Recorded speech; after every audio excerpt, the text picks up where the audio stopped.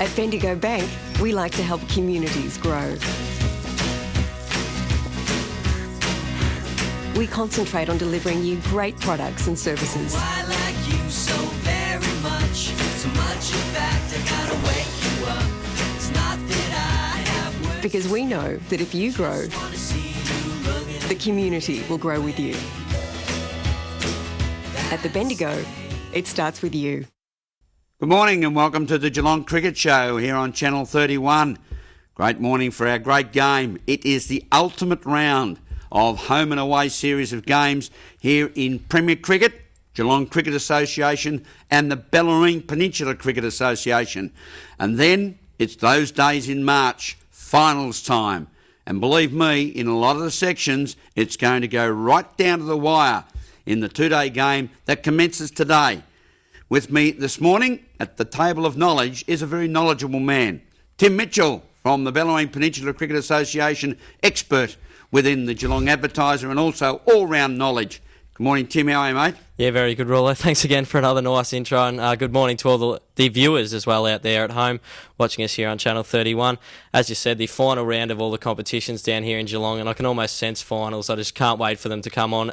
3 weeks away now, so just really looking forward to those finals kicking off. And Mr. Producer, well, we've still got the camera there on Tim Mitchell.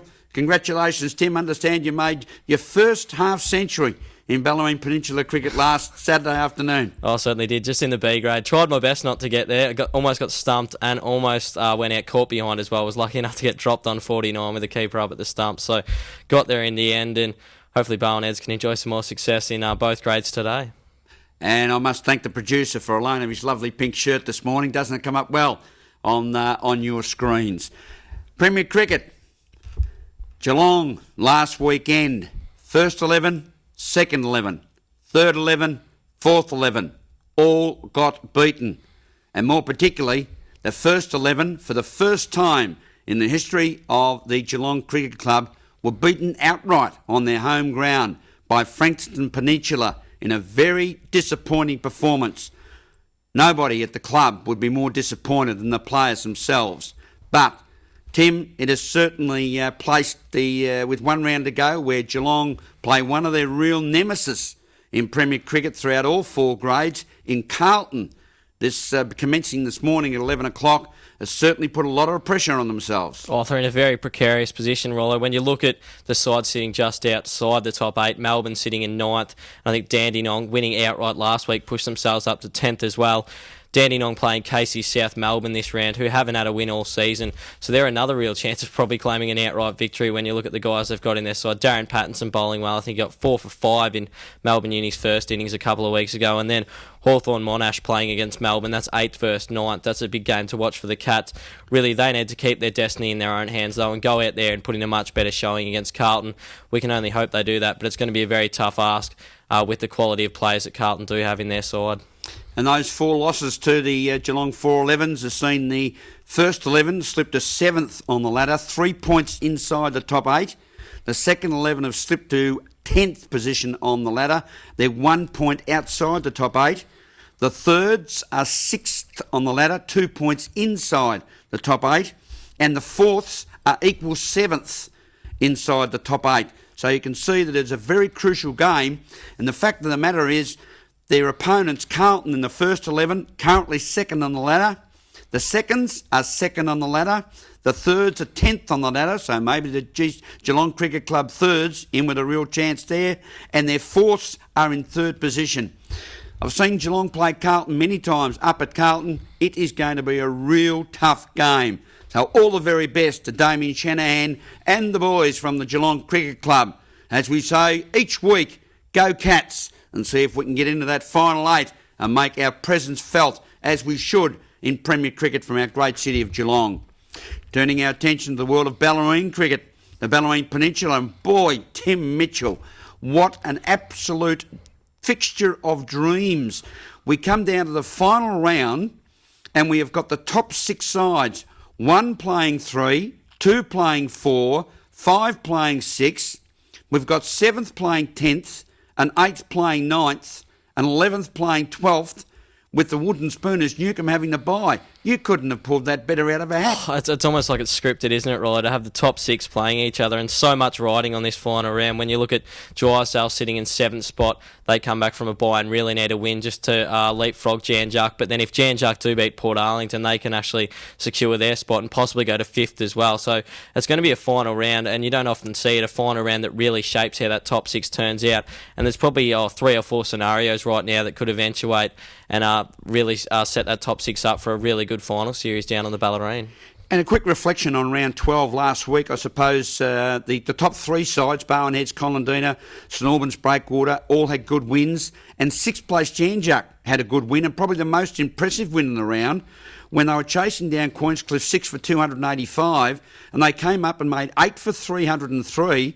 And the man that we have seen bat very consistently throughout the season, Ian Ligo, didn't get into the 30s, so he didn't get his name in the paper. Well, he certainly didn't either. And Craig Lucas, the man that's been making all their runs after Christmas, wasn't there either. So I think that's probably the most pleasing thing for Jan Juck, and they can take out of it. The guys like Chris Huxtable, I think Nathan Hahn was another one who got some runs as well. And then Aaron Muncie, the coach down that way, also got 74 not out. So very pleasing for Jan Juck there. And they'll just be hoping that they can build on that and take a win out of their 2-day game, which begins against Port Arlington this weekend. All the pressure will be on Bowen Heads as they take on St Albans Breakwater. Bowen Heads 5 points clear. So if they went down to St Albans Breakwater and Colandina, who come up against Queenscliff, happen to take the 6 points, we could see the Colandina boys move to the top of the ladder. And I suppose the big question there is, will Colandina have the services of one Jimmy Bartell after his magnificent 109 in their last win over Wellington?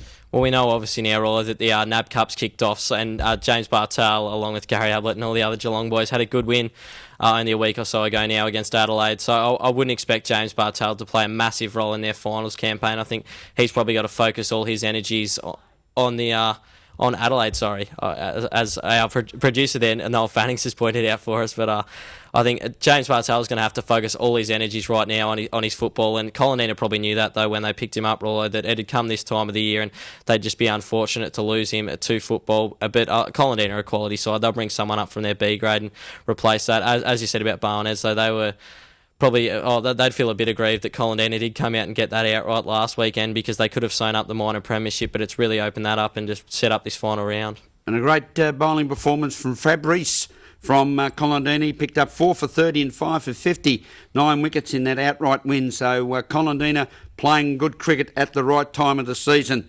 And of course, St Albans Breakwater, good win over Port Arlington, but can they knock off the Heads?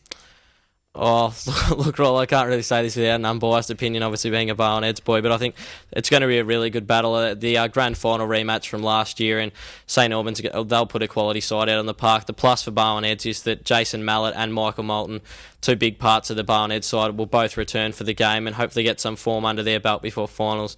Jacko's already got 500 runs at this stage of the season, and he's missed the last 2 games, was away for 1 and then injured for the next. So hopefully he comes back refreshed and continues to make runs, but St Albans will give themselves a real show as well after keeping Port Arlington to only 180 last weekend. That's our first segment look at Premier Cricket Victoria and also the Ballerine Peninsula Cricket Association. We'll take a break, come back with a very special guest after this, and then we'll be talking Geelong Cricket Association here on the Geelong Cricket Show. At Bendigo Bank, we like to help communities grow.